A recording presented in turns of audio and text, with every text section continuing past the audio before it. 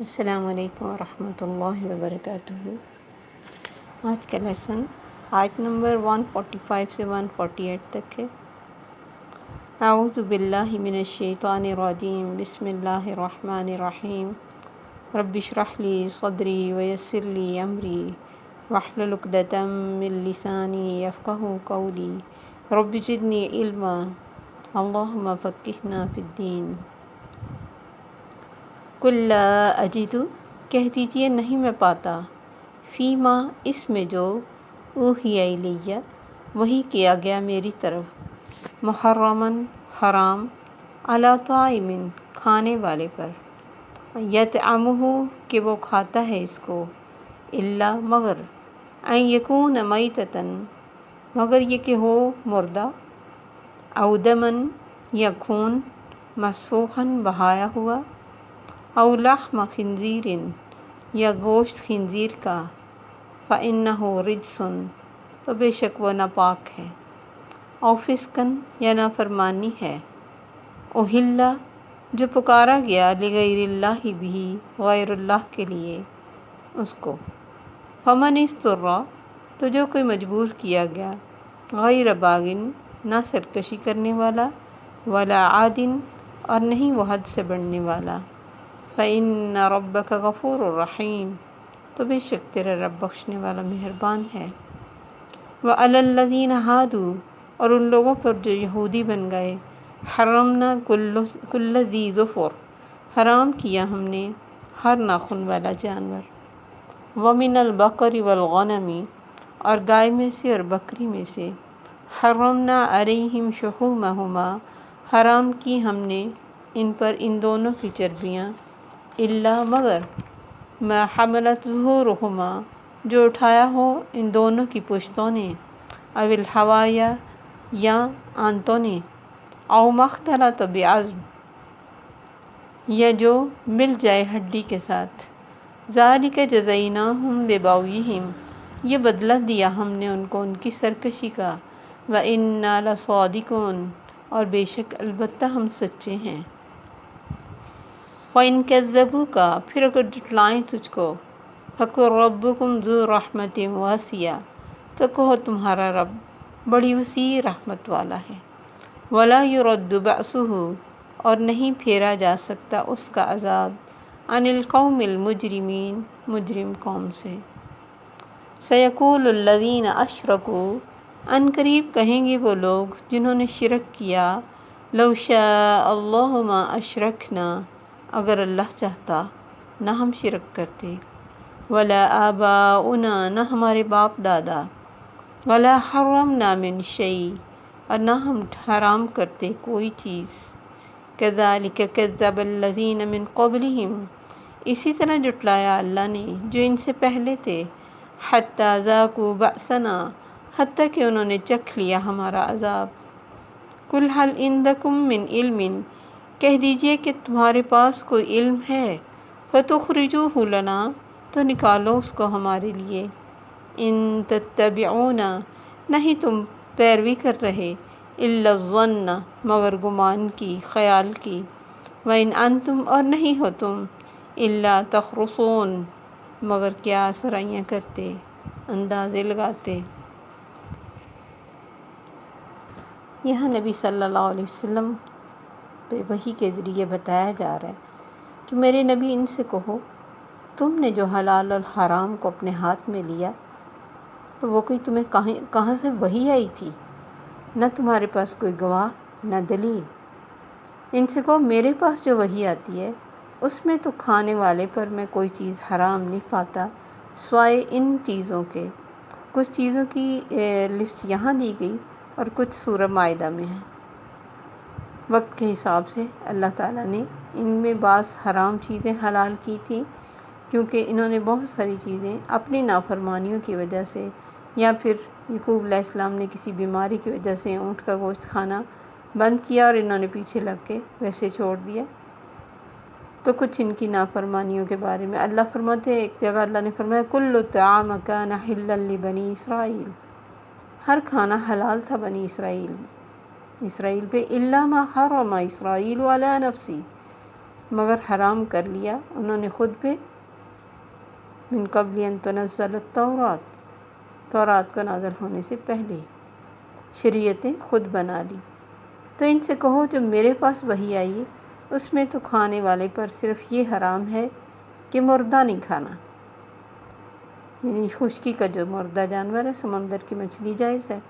الا ان یکون میتۃ، کہ مردہ کھانا حرام ہے، او دما مسفوحا، یا پھر خون حرام ہے، او کیونکہ خون جو ہے نا یہ جرمز اس کے اندر ہوتے ہیں بہت سارے، تو اللہ کی بڑی حکمتیں ہیں جن چیزوں سے اللہ نے باز کیا ہے اس میں انسان کا فائدہ۔ او لحم خنزیر، یا گوشت خنزیر کا، یہ حرام ہے، فإنہ رجس، وہ ناپاک ہے، رجس ناپاک، پلید، گندا اور گناہ کی باتوں کے لیے لفظ آتا ہے۔ اور ایک جگہ آتا ہے انما المشرکون نجس، مشرک لوگ ناپاک ہیں۔ تو اللہ نے فرمایا کہ یہ چیزیں ناپاک ہیں، او فسقن، یا پھر نافرمانی ہے، اللہ کی باؤنڈریز کو کراس کرنا ہے۔ اور دوسری نافرمانی کی چیز کیا ہے؟ او فسقن احل لغیر اللہ بہ، کسی چیز کو کسی فرشتے، جن، نبی، پیر، درگاہ، کسی انسان کا نام لے کے ذبح کیا جائے، وہ پھر حرام ہو جاتا ہے، کیونکہ صرف اللہ کا نام لیا جا سکتا ہے اللہ کی پیدا کی ہوئی مخلوق پہ، اور اللہ کی پیدا کی ہوئی مخلوق کے لیے جائز ہے کہ وہ صرف اللہ کا نام لے کے کھائے، کیونکہ مالک وہ ہے، رازق وہ ہے۔ تو جس پہ بھی غیر اللہ کا نام آئے گا، وہ کوئی بھی غیر اللہ وقت کے حساب سے ہو سکتا ہے، وہ بھی حرام ہو جاتا ہے۔ فمن اضطر غیر باغ ولا عاد، ہاں جو کوئی مجبور کر دیا گیا، نہ تو وہ سرکشی کرنے والا ہے نہ حد سے بڑھنے والا، یعنی نہ تو اس کا عادی ہونے والا ہے، نہ دوبارہ بار بار کرے گا، نہ باؤنڈری کراس کرے گا کہ بس اب اجازت مل گئی تو کھلی چھٹی، نہیں، جو مجبور ہو گیا کسی وجہ سے، کسی نے پکڑ کے اس کو زبردستی کچھ ایسی چیز کھانے پہ مجبور کیا، یا پھر اس کو کوئی حلال چیز نہیں ملی اور جان بچانے کے لیے اس نے چند لقمے لے لیے، فَإِنَّ رَبَّكَ غَفُورٌ رَحِيمٌ، تو بے شک تیرا رب بخشنے والا مہربان ہے۔ وَعَلَى الَّذِينَ هَادُوا حَرَّمْنَا كُلَّ ذِي ظُفُرٍ، اور یہودیوں پر حرام کیے ہم نے تمام ناخنوں والے جانور، وہ جانور جن کی انگلیاں الگ الگ نہ ہوں، یہ اونٹ بھی ان پہ حرام تھا، شتر مرغ، گائے، بکری، بطخ، یہ پرندے یہود پر حرام تھے اور ان کی نافرمانیوں کی وجہ سے ہوئے، ورنہ جو چیزیں امت محمدیہ پر حرام ہے صرف وہ چند چیزیں ان پہ حرام تھی، لیکن ان کی نافرمانیوں کی وجہ سے لسٹ بڑھ گئی، اس لیے اللہ نے فرمایا یہودی جو تھے نا ان پر ہم نے حرام کیے تھے ناخنوں والے جانور، اور گائے اور بکریاں، ان کی چربیاں بھی ہم نے ان پہ حرام کر دی تھی۔ اب دیکھیں کتنی انسان کی نافرمانیوں کی وجہ سے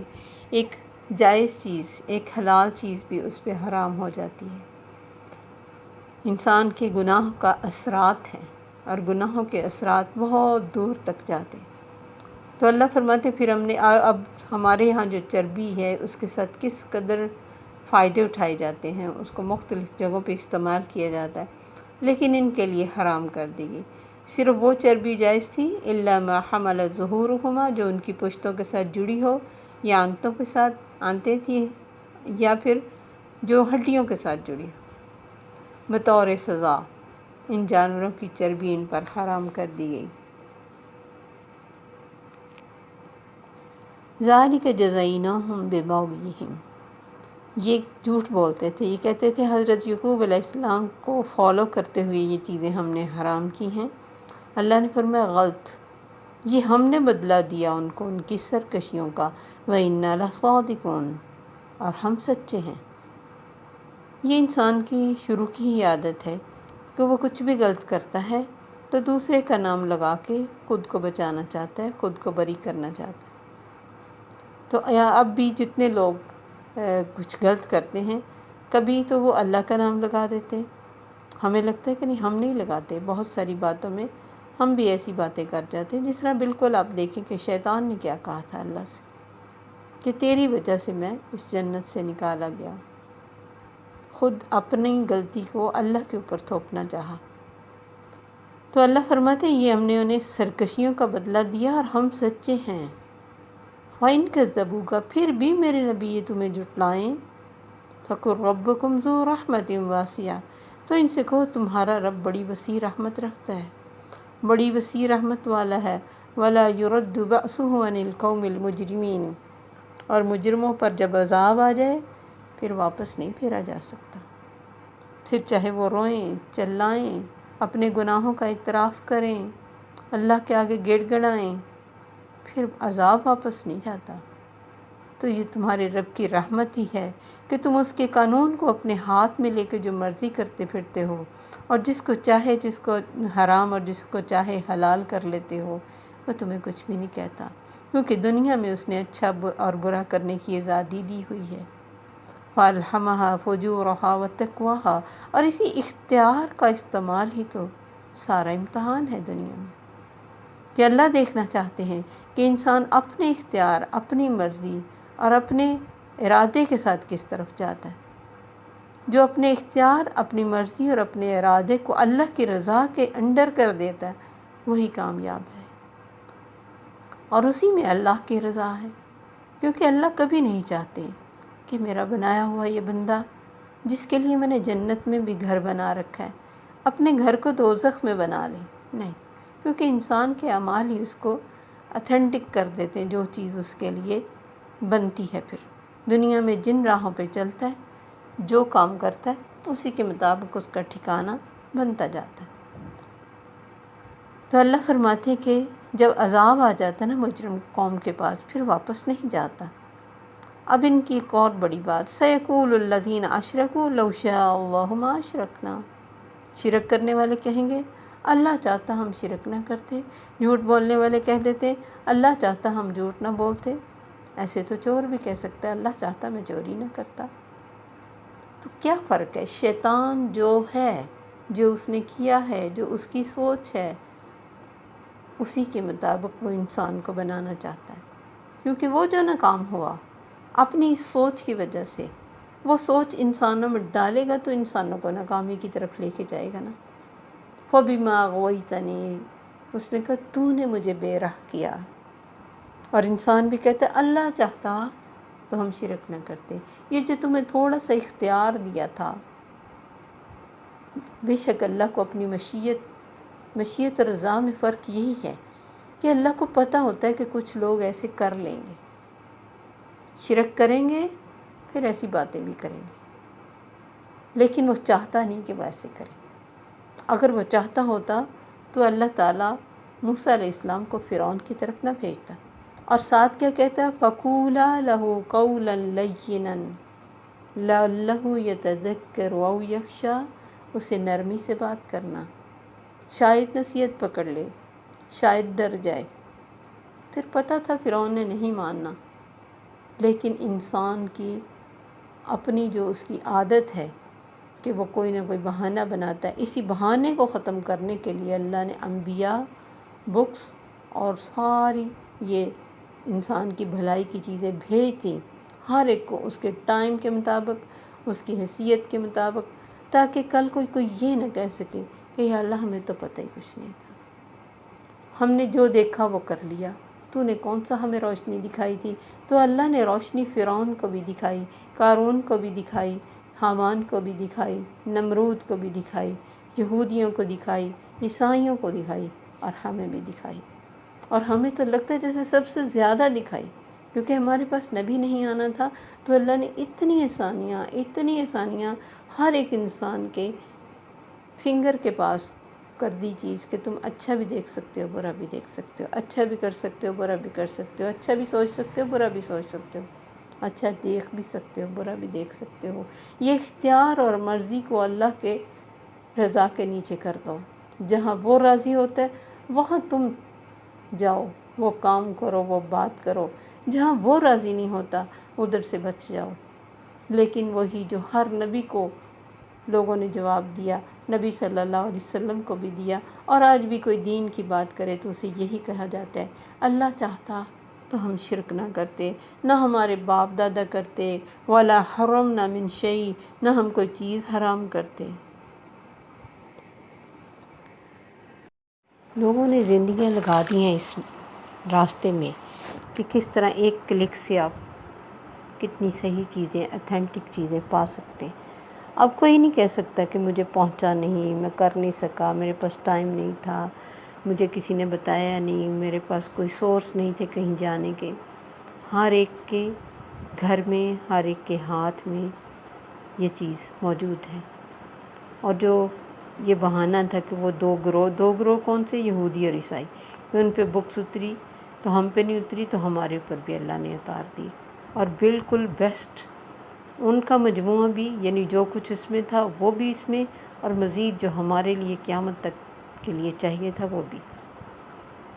دوسرا بہانہ کیا؟ او تقولوا لو ان انزل علینا الکتاب،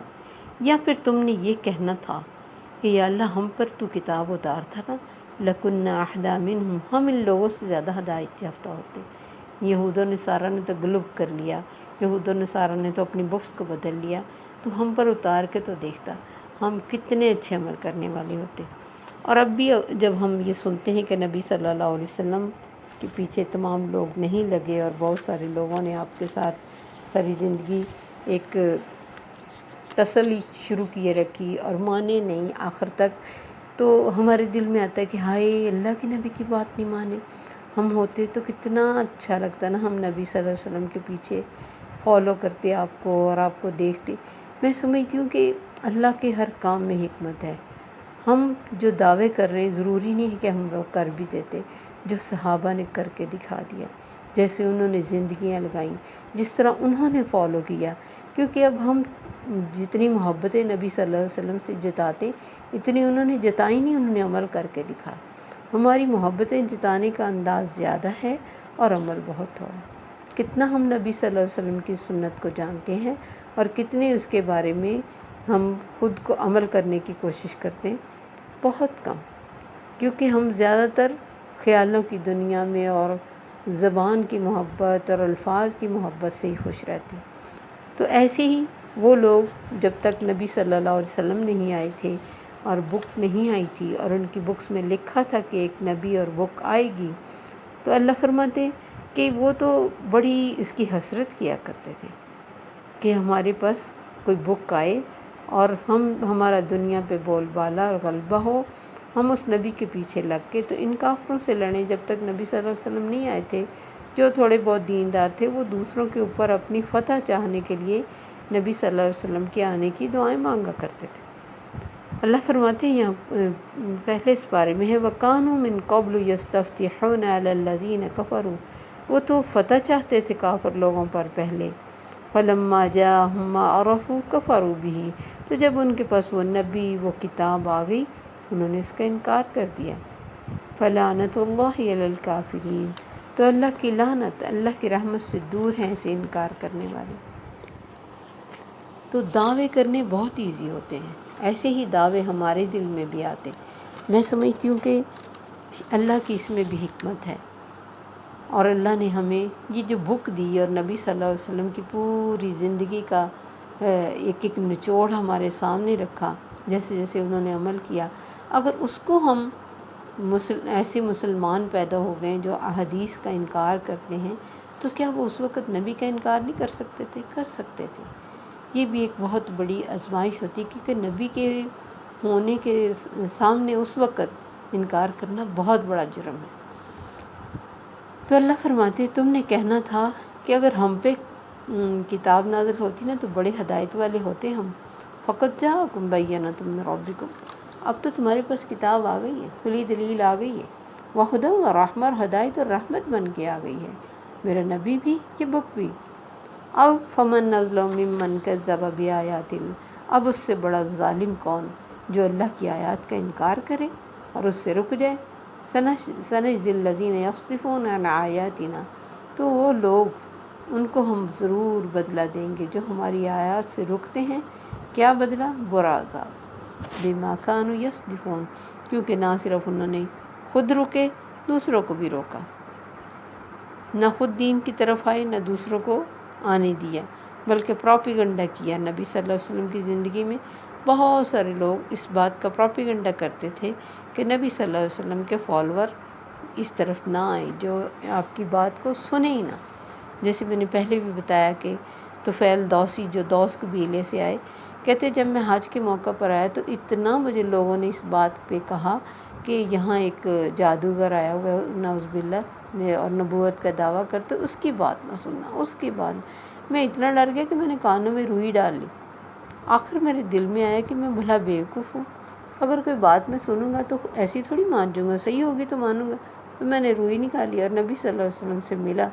جب آپ کی باتیں سنی تو ایمان لے آیا۔ تو یعنی اپنی طرف سے پوری کوشش کرتے تھے یہ لوگ کہ ہم جیسے ایمان نہیں نہ لائی کوئی اور بھی نہ لائے، تاکہ ہم ایک جیسے رہیں،